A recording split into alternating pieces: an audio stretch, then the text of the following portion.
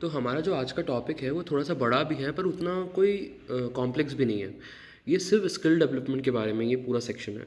Skill development का एक बहुत अच्छा कोट दिया था स्वामी विवेकानंद जी ने। उन्होंने बहुत क्लियरली बोला था कि जब तक आपका एजुकेशन जो है वो इकोनॉमिकली और कल्चरली या वो जस्टिफ़ाई नहीं कर पाओगे जब तक आप वो एक्चुअली स्ट्रगल ऑफ लाइफ़ के लिए वो एजुकेशन यूज़ नहीं कर पाते। तो आज के टाइम पे भी वो स्किल डेवलपमेंट को ऐसे ही हम शो करते हैं कि एजुकेशन ऐसा होना चाहिए जो एम्प्लॉयबिलिटी को इंक्रीज़ करे। तो स्वामी विवेकानंद जी ने उस टाइम पे ही बोला था कि the end of all education और ऑल ट्रेनिंग शुड बी कि मैन मीनिंग मेकिंग होना चाहिए। मतलब कि एक ऐसा आदमी ग्रो करे जो अपने पुराने सेल्फ से ज़्यादा इवॉल्व हो, बेहतर हो। इसी काम का ही एजुकेशन का मकसद होता है। सो अगर हम क्लियरली बात करें कि इंडिया की जो डेमोग्राफिक डिविडेंड है, इंडिया की डेमोग्राफिक डिविडेंड आज के टाइम पे आप देखोगे तो 68% के आसपास आती है। ठीक है। और उसमें ये है कि एक डेमोग्राफिक पूल है जिसमें इतने सारे वर्कर्स हैं हमारे पास, पर आप ये भी ध्यान दीजिए कि हमारे मीडियन एज जो है वो 29 है, जो बहुत अच्छी बात है। हमारे पास सबसे यंगेस्ट जनरेशन ऑफ पॉपुलेशन है। पर इसका मतलब ये नहीं है कि आपकी नेशनल डेमोग्राफी होने से ही आपका ग्रो होगा। इस नेशनल डेमोग्राफी जब वो है वो एक एडवांटेज जब बनता है जब आप स्किल इम्पार्ट करो, उनके स्किल हो, और तभी वो इकोनॉमी में कॉन्टम्पलेट कर पाए। तो सिंपल सी बात है कि अगर आपका स्किल ही नहीं होगा तो आपका डेमोग्राफिक एडवांटेज जो होगा वो एक डेमोग्राफिक बर्डन बन के ही रह जाएगा। तो हमको एक बेसिक इम्पॉर्टेंट चीज़ जानने की ज़रूरत है कि आज के टाइम पे हमारे यहाँ जो डेमोग्राफी मतलब आज के टाइम पे आपका मेन प्रॉब्लम जो है वो एजुकेशन है, एम्प्लॉयबिलिटी है। इसी को दोनों को बीच में गैप करने वाली चीज़ जो होती है वो आपका होता है स्किल डेवलपमेंट। ये कैसे स्किल डेवलपमेंट होता है? सिंपल सी अगर मैं आपको क्लियरली बताऊं कि आज के टाइम पे 45% हमारा इंडियन यूथ जो है वो एम्प्लॉयबल नहीं है। क्यों नहीं है? क्योंकि इन लोग के पास ना एजुकेशन मतलब फॉर्मल एजुकेशन कहीं कहीं लैक कर लेते हैं, कोई कोई ग्रेजुएट होने के बाद जॉब नहीं होती क्योंकि इंडस्ट्रियल डिमांड को मीट नहीं कर पा रहे। मार्केट वो चीज़ डिमांड कर रहा है जो एजुकेशन एकेडमियाँ जो है डिलीवर ही नहीं कर रही है, जिसकी वजह से एक लैक और लूप होल बन जाता है।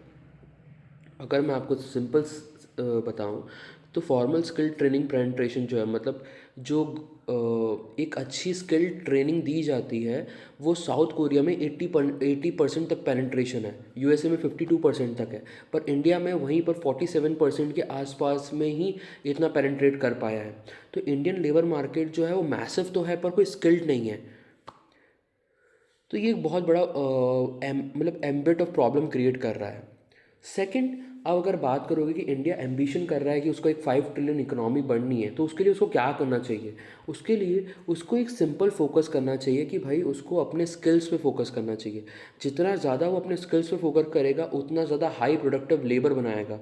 हाई प्रोडक्टिव लेबर इंप्रूव करेगा मैन्युफैक्चरिंग सेक्टर को, और जैसे जैसे मैन्युफैक्चरिंग सेक्टर ग्रो करेगा वैसे वैसे आपके इन्वेस्टमेंट आएंगे, और इन्वेस्टमेंट और इनोवेशन से ही आगे जाके आपकी इकोनॉमी ग्रो करती है, जो हम लोग ड्रीम कर रहे हैं 5 ट्रिलियन इकोनॉमी का। पर आपको अगर मैं क्लोजली एक बात बताऊं, वर्ल्ड बैंक की एक रिपोर्ट थी उसमें बहुत क्लियरली बोला था कि अगर आप 1% भी इंक्रीज़ करते हो आपके वर्क फोर्स के एक्सपेंडिचर को, या वर्क फोर्स में इन्वेस्टमेंट करते हो, तो आपका 0.3% जीडीपी बढ़ता है। तो कितनी बड़ी बात है कि भाई हमारा जीडीपी बढ़ाने का एक कितना ईजी तरीका है, पर ये ईजी तरीका ही बहुत लोग कर नहीं पाते।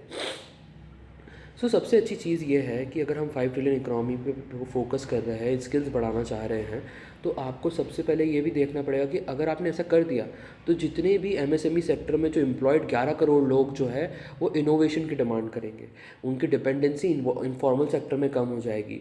और सब अगर हमारा एमएसएमई सेक्टर ही ज़्यादा से ज़्यादा स्किल्ड हो गया तो लोग उसमें इन्वेस्ट करना स्टार्ट कर देंगे।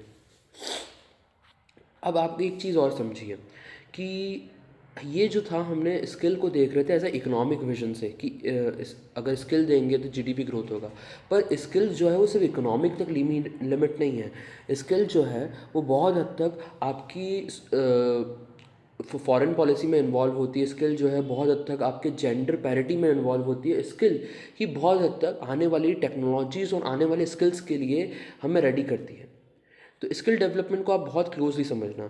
अब ग्लोबल मोबिलिटी में स्किल डेवलपमेंट का क्या रोल है? अगर आज के टाइम पे इंडिया जो है वो अपने स्टैंडर्डाइजेशन प्रोसेस को लिंक कर देता है इंटरनेशनल पोर्टफोलियो के हिसाब से, जैसे आईएलओ होते हैं, आईएसओ होते हैं, तो इससे फ़ायदा क्या होगा कि जो फॉरेन में इतना लेबर क्रंच हो रहा है वो उसको इंडिया सफाइस कर पाएगा। इंडिया जो है उस लेबर मार्केट को कैप्चर भी कर पाएगा और उनको सर्विस भी डिलीवर कर पाएगा और हाई पेड जॉब्स को भी एक्वायर कर पाएगा और उनसे हाई यूज रेमिटेंस ले भी पाएगा। सेकंड ये है कि हम जेंडर पैरिटी और जेंडर इंक्लूसिविटी कैसे ला सकते हैं स्किल डेवलपमेंट के द्वारा। देखो, इसमें आपको दो चीज़ को फोकस करना पड़ेगा। आपको सबसे पहले डिजिटल और फ्लेक्सिबिलिटी पे फोकस करना पड़ेगा कि वुमेन्स जो होते हैं वो बहुत हद तक स्ट्रक्चरल और सिस्टमेटिक बैरियर से घिरी होती हैं। मेनली मोबिलिटी का एरर्स होते हैं, सोशल नॉर्म्स होते हैं। तो इसको आप ओवरकम कैसे करा सकते हो? इसको ओवरकम कराने का एक ही तरीका है, या तो आप उनको डिजिटल फ्रीडम दो और फ्लेक्सिबल फ्रीडम दो। इससे आप फीमेल लेबर फोर्स पार्टिसिपेशन को बढ़ा सकते हो। जैसे फीमेल एम्प्लॉयबिलिटी जो है वो 47.5% बढ़ गई है। इसके बाद आता है आपका मेन आता है कि आप फ्यूचर रेडी कैसे हो सकते हो, इंडस्ट्री 4.0 के लिए कैसे रेडी हो सकते हो। तो इसके लिए सिंपली आपको ध्यान रखना चाहिए कि देखो, आने वाले टाइम पे एआई हुआ, ग्रीन एनर्जी हुआ, ईवीज़ हुआ, यही होने वाला है। तो स्किल डेवलपमेंट जो है आपको शिफ्ट करता है कि आपको मॉडर्नाइज करना चाहिए, अडेप्टेबल होना चाहिए, डिजिटल लिटरेसी पे फोकस करना चाहिए। ऐसा बोला गया एक रिपोर्ट के द्वारा कि 30 लाख डिजिटल जॉब्स क्रिएट होने वाले 2026 में, और स्किल डेवलपमेंट में ही जो है ये सब क्रिएट कर सकता है। अब आता है हमारा मेन अम्ब्रेला स्कीम। अब अम्ब्रेला स्कीम को समझने के लिए आपको ये समझना पड़ेगा कि स्किल इंडिया मिशन क्या है। स्किल इंडिया मिशन में सबसे अच्छी चीज़ ये है कि ये शॉर्ट टर्म ट्रेनिंग के ऊपर ध्यान देते हैं, अप्रेंटिसशिप के ऊपर ध्यान देते हैं, इनफॉर्मल सेक्टर स्किलिंग के ऊपर ध्यान देते हैं और इंस्टीट्यूशनल स्ट्रेंथनिंग के ऊपर ध्यान देते हैं। देखो, स्किल इंडिया मिशन जो बनाया गया था वो एक नेशनल कोहेसिवनेस के लिए बनाया गया था, एक नेशनल कोऑर्डिनेशन सिस्टम बनाना जा रहे थे जिससे वो स्किल कर सके मिलियंस ऑफ यूथ को जो इंडस्ट्रियल डिमांड के हिसाब से अपडेटेड हो। तो स्किल इंडिया मिशन के अंदर 3 पिलर्स होते हैं जो आपको समझना चाहिए। सबसे पहले जो होता है आपका प्रधानमंत्री कौशल विकास योजना। प्रधानमंत्री कौशल विकास योजना जो है वो एक शॉर्ट टर्म इनिशिएटिव था और वो आउटकम बेस्ड मॉडल था, पर इसी का इवोल्यूशन जो अभी हुआ है वो प्रधानमंत्री कौशल विकास 4.0 है। जहाँ पे 4.0 है ये मॉडर्न टेक्निक्स के ऊपर है, डिजिटल ट्रेनिंग के ऊपर है, एआई बेस्ड ट्रेनिंग के ऊपर है, स्किल्स आपके यहीं से डेवलप होंगे, रोबोटिक्स, ग्रीन एनर्जी। ऐसा बोला जाता है कि प्रधानमंत्री कौशल विकास योजना के अंदर 1.48 करोड़ कैंडिडेट्स को ट्रेन किया गया था। इतना मैसिव स्केलिंग किया गया है। वैसे ही आप अगर पीएम नैप्स की बात करें, एक अप्रेंटिसशिप प्रोग्राम है, इसमें ये क्या था कि ये आपका एजुकेशन डिमांड और इंडस्ट्रियल डिमांड को ब्रिज करने के लिए बनाया गया था। अब ये अप्रेंटिसशिप प्रोग्राम जो है कुछ नहीं है कि आपको फर्म जो है, कोई भी प्राइवेट फर्म जो है वो आपको बताएगी कि आप काम करते करते कैसे सीख सकते हैं। आपको पढ़ने की ज़रूरत नहीं है वही चीज़ को थ्योरी, आप काम करते करते वो चीज़ सीखो। पर ये बहुत रिस्की है क्योंकि फर्म जो थे वो कंप्लायंस बेस्ड मॉडल पे फंस जा रहे थे कि यार ये हमें करना ही पड़ेगा क्या, इसलिए वो लैग कर रहे थे। पर गवर्नमेंट ने यहाँ पर उनको एक सुविधा दी कि हम आपको इंसेंटिव देंगे कि अगर आप इन लोगों को काम करना सिखाओगे तो गवर्नमेंट ने बोला कि हम इसको बर्डन को शेयर करेंगे, आप जितना परसेंट स्टाइपेंड दोगे उसका आधा परसेंट हम भी देंगे इनको, तो आपके ऊपर लोड कम हो जाएगा। फिर आता है एक जेएसएस मॉडल। जेएसएस मॉडल जो होता है वो जन शिक्षा संस्थान होता है। ये मेजरली क्या होता है, जो इनफॉर्मल इंडिविजुअल्स होते हैं जिनने कभी फॉर्मल बेस ऑफ एजुकेशन नहीं लिया है उनको ट्रेन करने के लिए होता है। ये सोशल इंक्लूजन के लिए होता है कि भाई इनको पढ़ाओ, इनको बताओ, जो मॉडर्न स्किल्स होते हैं उनको इम्पार्ट करो और इनको सोशल इंक्लूड करो, सोशल इंक्लूजन करो मेन आपके सेक्टर्स में, इकोनॉमिक सेक्टर्स में। तो देखो, मेन गैप्स तो सिर्फ आपकी मेन गैप जो है वो इसमें तो नहीं है ना कि भाई आपको एम्प्लॉयमेंट चाहिए, आपको अप्रेंटिसशिप चाहिए, आपको मेनली सोशल इंक्लूजन करना है। मेन गैप जो है आपके गवर्नेंस में है। ये गवर्नेंस वाला इशू जब क्लियर हुआ, जब हमें बहुत ईजिली पता चला कि संकल्प इनिशिएटिव ने बोला कि वर्ल्ड बैंक के द्वारा इनिशिएटिव है ये, उनने बोला था कि भाई मेन इशू फंडिंग की नहीं है, मेन इशू गवर्नेंस की है। गवर्नेंस ही क्यों है, हमें स्ट्रेंथन करना पड़ेगा इंस्टीट्यूशन को, हमें ये करना पड़ेगा कि हम मॉनिटरिंग स्ट्रॉन्ग कर पाए, हमें ये इंस्टीट्यूशनल कैपेसिटी को बढ़ाना पड़ेगा स्पेसिफिक स्टेट लेवल पे ताकि लीकेजेस ना हो।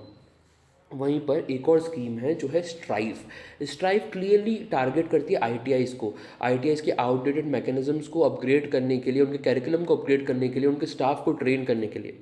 अगर आप देखोगे गवर्नमेंट के इंटेंशंस को तो आप देख सकते हो कि बजट में ही आप बहुत क्लियरली अज्यूम कर सकते हो कि आईटीआईज़ के ऊपर जो पहले 264 करोड़ के आसपास या 294 करोड़ के आसपास जो एलोकेशन किया जाता था, आज के टाइम पे उसको 3000 करोड़ के आसपास कर दिया गया है।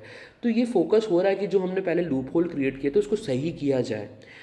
पर वहीं पर एक इन्फॉर्मेशन एसिमेट्री है। अधिकतर लोग जिनके पास इन्फॉर्मेशन मतलब जिनका स्किल्स है उनको पता ही नहीं कि उनको जॉब कहाँ कैसे मिल सकती है।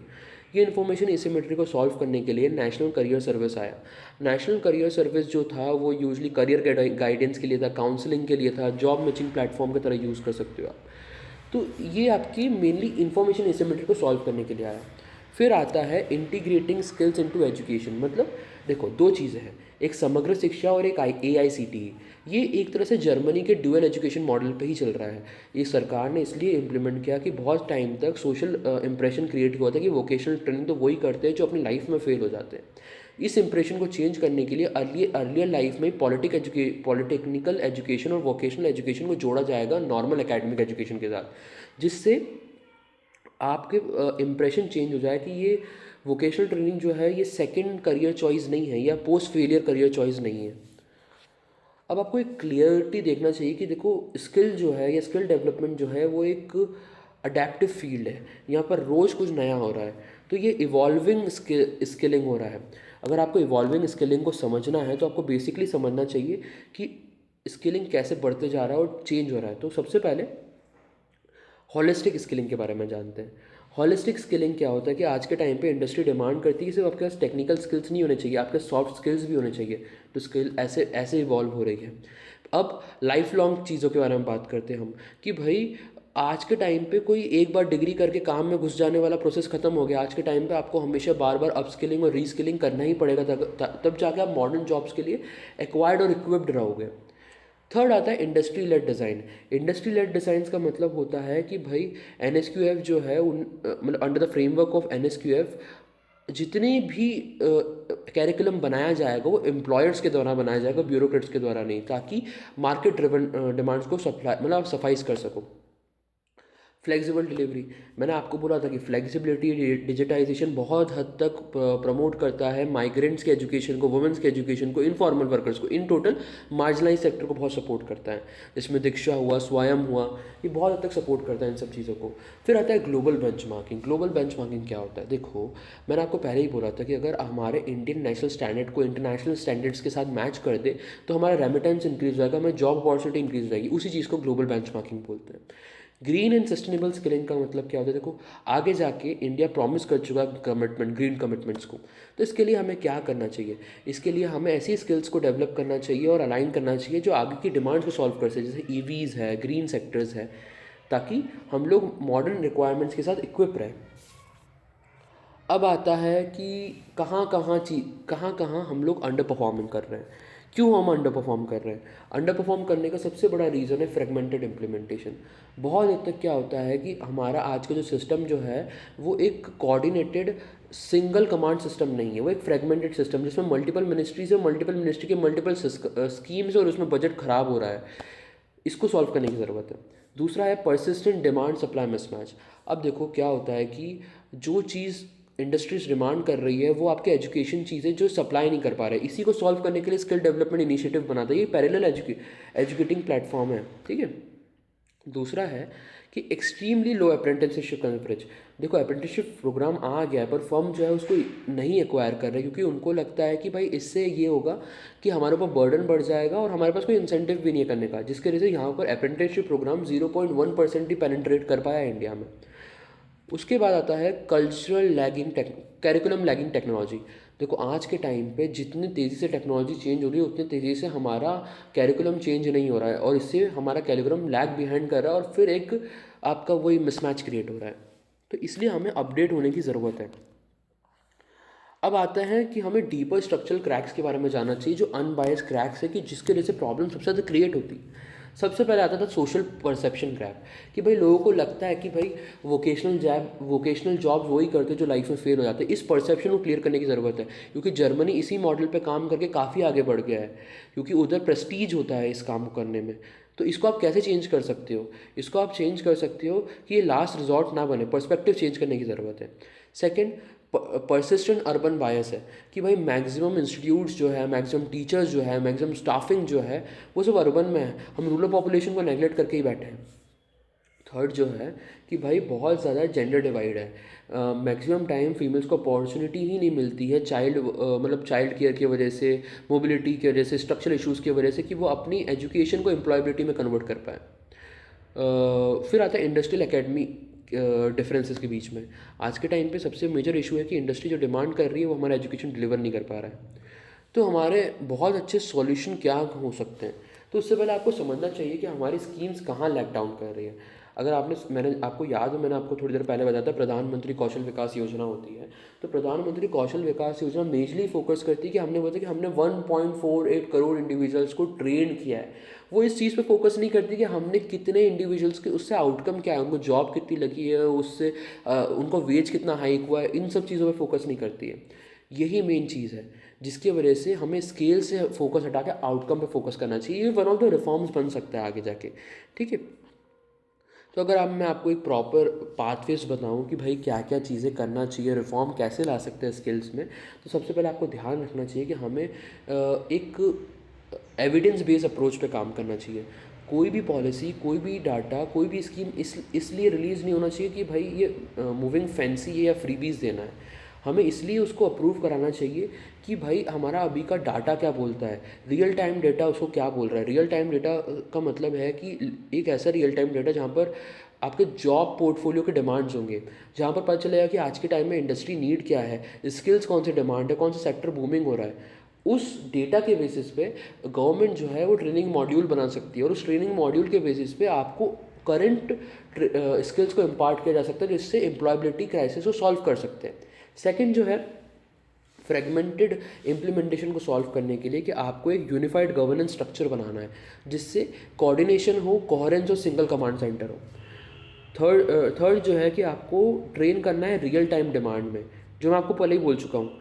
फिर आपको ज़रूरत है एक इंडस्ट्री को इनर स्किलिंग का, मतलब आपके मेनली जो एम्प्लॉयर्स है वही आपके कैरिकुलम में बहुत हद तक मेजोरिटी रोल प्ले कर सकते हैं। बाद में आपको मतलब आपको यूजुअली एनरोलमेंट में ज़्यादा फोकस नहीं करना, आपको मेनली फोकस करना चाहिए आउटकम में कि कैसे आप डिलीवर कर सकते हो मैक्सिमम चीज़ें। फिर आता है कि कैसे हम वर्टिकल पाथवेज मतलब अपवर्ड वर्टिकल मोबिलिटी कर सकते हैं, वो मैं आपको आगे बताऊंगा कैसे करना है। डिज़ाइन फॉर इंक्लूजन समझ में आया कि आपको इंक्लूसिव जितना होगा उतना ज़्यादा डेवलपमेंट होगा। और ये मेन चीज़ डिसेंट्रलाइजेशन, ये दो चीज़ें मैं आपको बहुत क्लियरली बताऊंगा, वर्टिकल मोबिलिटी और डिसेंट्रलाइजेशन। तो इसका मतलब ये है कि सबसे पहले आपको री इंजीनियरिंग में सबसे पहले यूनिफाइड गवर्नेंस, जो मैं आपको बता चुका हूँ, आउटकम बेस्ड फाइनेंसिंग, जो वो भी मैं बता चुका हूँ। मेन चीज़ आती है डीप इंडस्ट्रियल इंटीग्रेशन, कि आज के टाइम पे मैक्सिमम मैंडेट बनाने की कोशिश करना है कि भाई जितने भी एम्प्लॉयर्स हैं वो कैरिकुलम का पार्ट बने, वही एडवाइस करें कि क्या क्या चीज़ें पढ़ानी है ताकि इंडस्ट्रियल नीड को सफाइस कर सके। अप्रेंटिसशिप प्रोग्राम से होता है। अब आता है कि vertical mobility pathways. Vertical mobility pathways को सबसे अच्छा सॉल्यूशन जो है वो NSQF है। NSQF मतलब नेशनल स्किल क्वालिटी फ्रेमवर्क।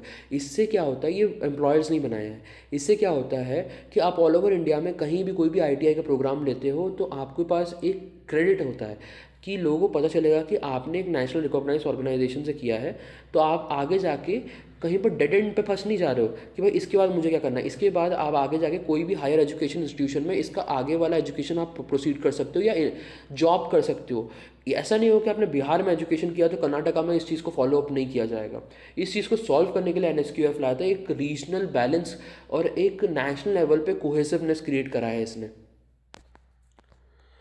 अब आता है फाइनल इंटरप्रिटेशन की तरफ कि भाई अगर आपको डेमोग्राफिक डिविडेंड को एक डेमोग्राफिक एडवांटेज बनाना है, डेवलपमेंट बनाना है, तो क्या करना है। देखो डेवलपमेंट का मतलब चैरिटी नहीं होता।